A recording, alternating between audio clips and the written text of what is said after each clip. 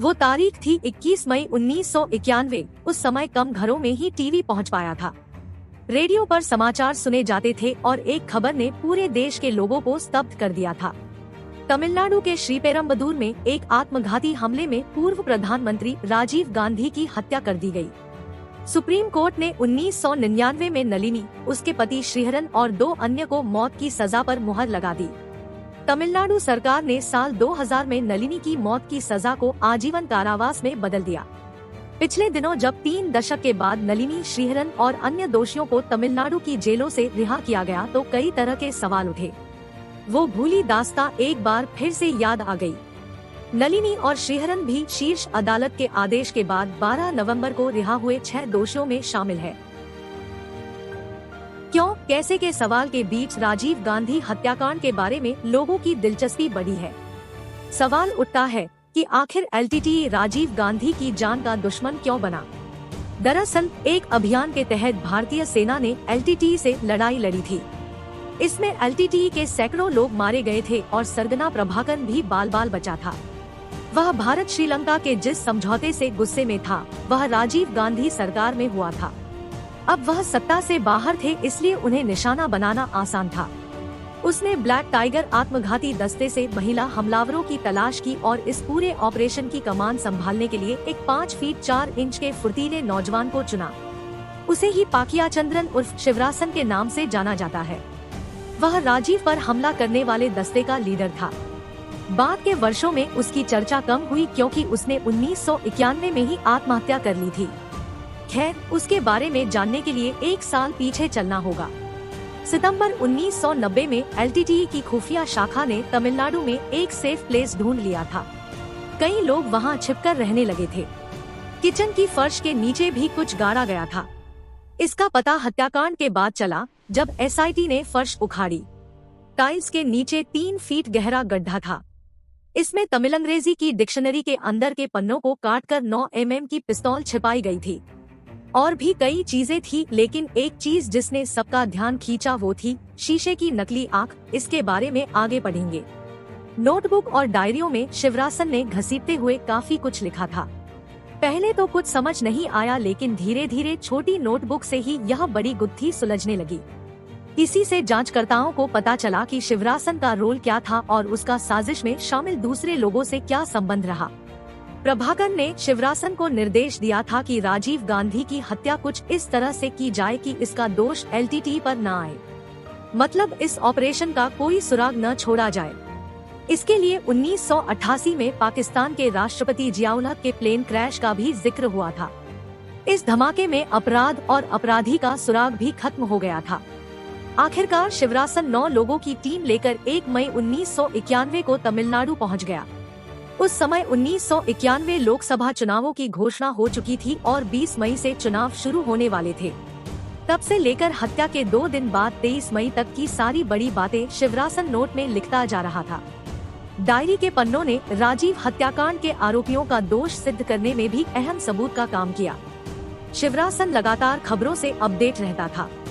Media में खबर आ गई थी कि राजीव गांधी तमिलनाडु में चुनाव प्रचार करने आएंगे और यहीं पर एलटीटीई ने उन्हें निशाना बनाने का प्लान बनाया था। शिवरासन की टीम में 2 आत्मघाती मानव बम थे। पहला धनु का नाम था और कुछ गड़बड़ होता है, तो दूसरी मानव बम शुभा भी तैयार थी। एलटीटीई ने हत्या की साजिश का गुप्त कोड शादी दिया था, जिसमें शुभा भी हिस्सा लेने वाली थी। शिवरासन भले ही तमिलनाडु में था, लेकिन वह श्रीलंका के जंगलों में स्थित एलटीटीई के ठिकाने से रेडियो सेट और कोड भाषा से संपर्क में था। शिवरासन लगातार किराए के मकान बदलता जा रहा था। शादी की तैयारी की खबर श्रीलंका भी पहुंच रही थी।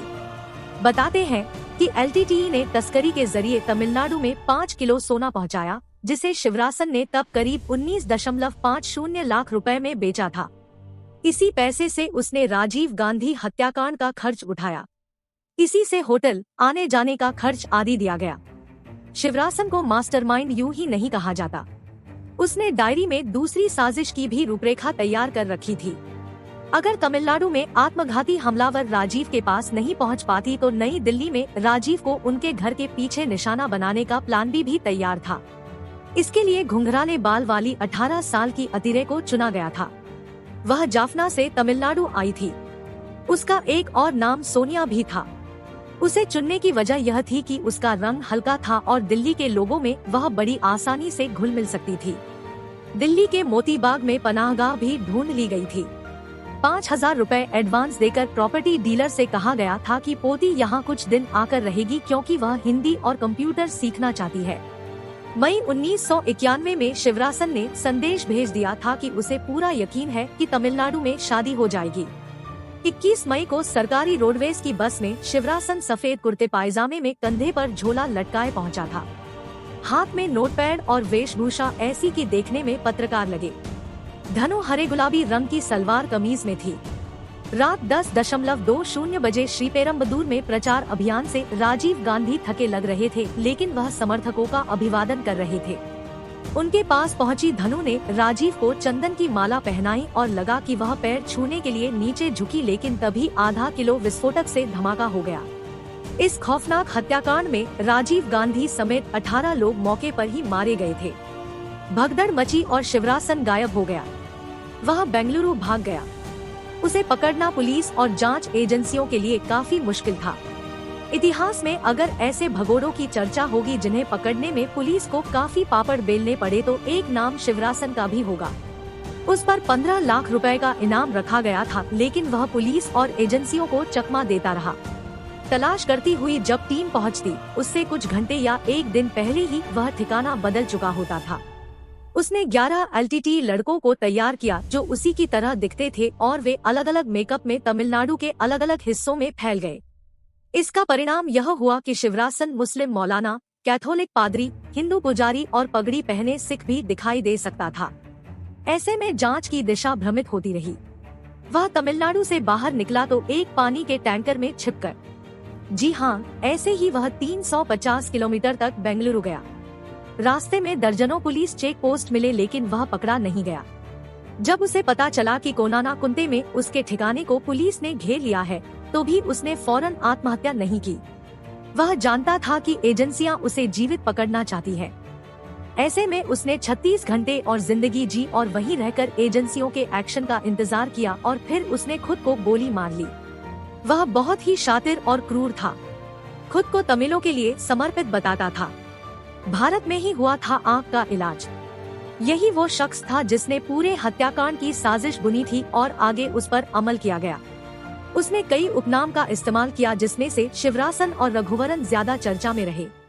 दरअसल 1987 में श्रीलंका की सेना के साथ एक मुठभेड़ में शिवरासन की बाईं आंख की रोशनी चली गई थी। दिलचस्प बात है कि उसे भारतीय हेलीकॉप्टर से तमिलनाडु इलाज के लिए ले आया गया था। मदुरै में अरविंद आई हॉस्पिटल में उसकी चोटिल आंख का इलाज हुआ था। हालांकि उसकी बाईं आंख की रोशनी हमेशा के लिए चली गई। इसके बाद वह प्लास्टिक की आंख पहनने लगा था।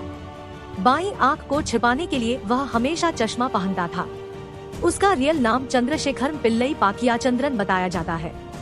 वह उडुपीडी का रहने वाला था, जो जाफना सिटी से करीब 32 किलोमीटर की दूरी पर एक छोटा सा टाउन है। यह इलाका प्रभाकरन के घर से भी ज्यादा दूर नहीं है। वह एलटीटी का मुख्य हिटमैन हुआ करता था।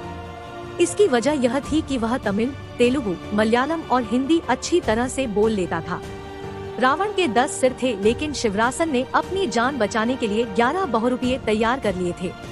30 साल पहले इतने शातिर दिमाग वाला यह शख्स राजीव हत्याकांड का सबसे बड़ा मोहरा था।